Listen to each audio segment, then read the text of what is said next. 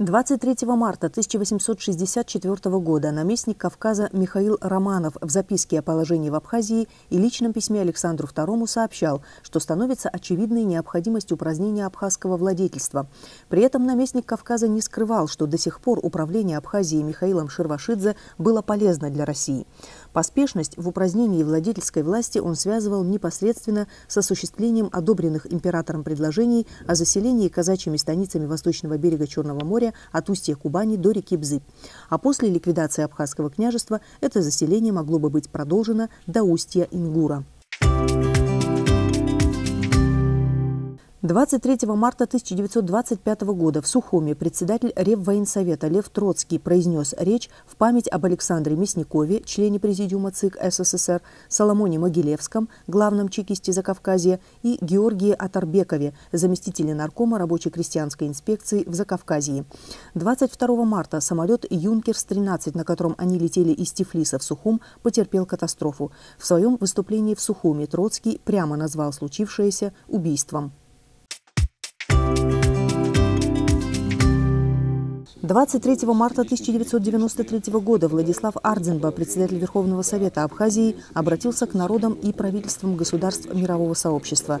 В обращении, в частности, отмечалось: Верховный Совет Республики Абхазия, руководствуясь единственным желанием оградить народ Абхазии от тотального уничтожения, обращается к народам и правительствам мира с настоятельным ходатайством взять Республику Абхазия под покровительство мирового сообщества на основе принципов Всеобщей декларации прав человека и актов, определяющих права малых государств и народов в любой приемлемой форме, позволяющей обеспечить мир и безопасность в регионе.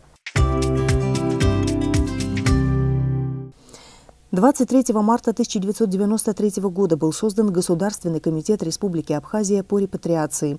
В настоящее время его возглавляет Хрипс Джопуа.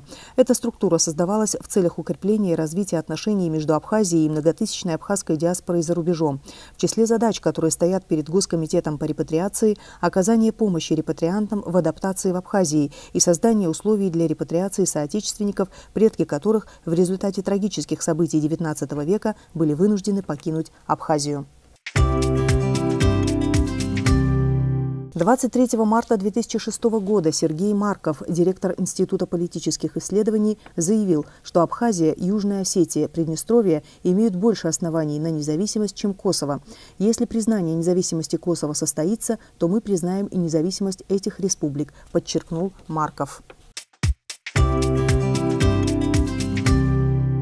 23 марта 2011 года Госдума ратифицировала соглашение с Абхазией о взаимных безвизовых поездках граждан. Напомним, что соглашение с Абхазией было подписано в Сухуми 2 октября 2009 года.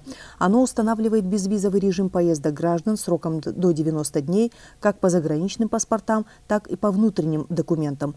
Как отметили в Госдуме, основной целью соглашения является укрепление договорно-правовой базы российско-абхазских и российско-юго-осетинских отношений, создание более благоприятных условий для развития и расширения взаимных контактов граждан. 23 марта 1889 года родился Константин Лакербай, художник. Сохранилось несколько его картин. Воспитывался в Воронежском кадетском корпусе, затем учился в Елисаветградском кавалерийском училище, по окончании которого произведен в корнеты и зачислен в 15-й гусарский украинский полк, затем переведен в Дагестанский конный полк, участник Первой мировой войны и Гражданской войны в России.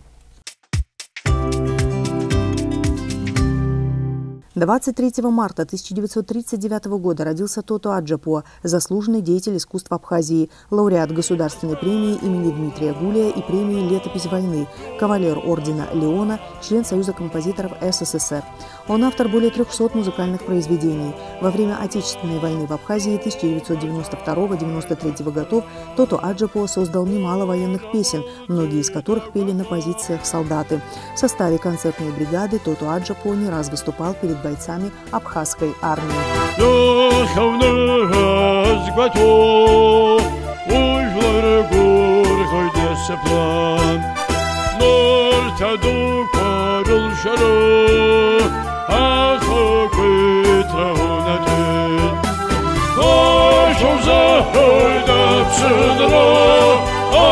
Своя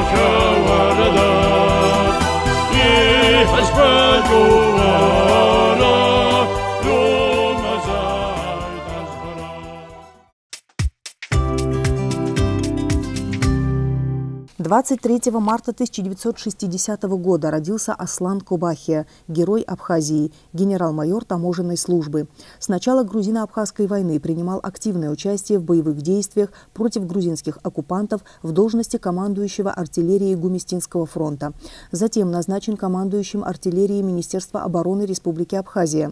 Участвовал в Гагарской, Январской, Мартовской, Июльской и Сентябрьской наступательных операциях.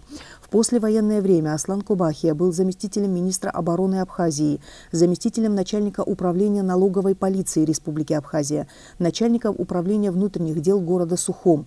В 1995 году назначен председателем Государственного таможенного комитета Абхазии. Является председателем общественного фонда «Кераз». С 2012 года депутат парламента Республики Абхазия. В 2013 году возглавил парламентскую комиссию по проверке законности выдачи паспортов граждан Республики Абхазия в Гальском, Ткварчальском и Очимчирском районах. И нашими паспортами должны обладать люди, которые действительно являются патриотами этой страны и готовы за него, если надо, и погибать.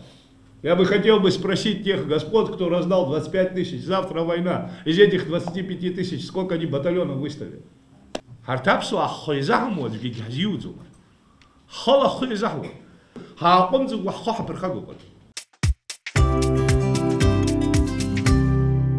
За последние 10 лет в день 23 марта самая высокая температура была зафиксирована в 2014 году. Это 17 градусов. Самая же низкая температура в 2012.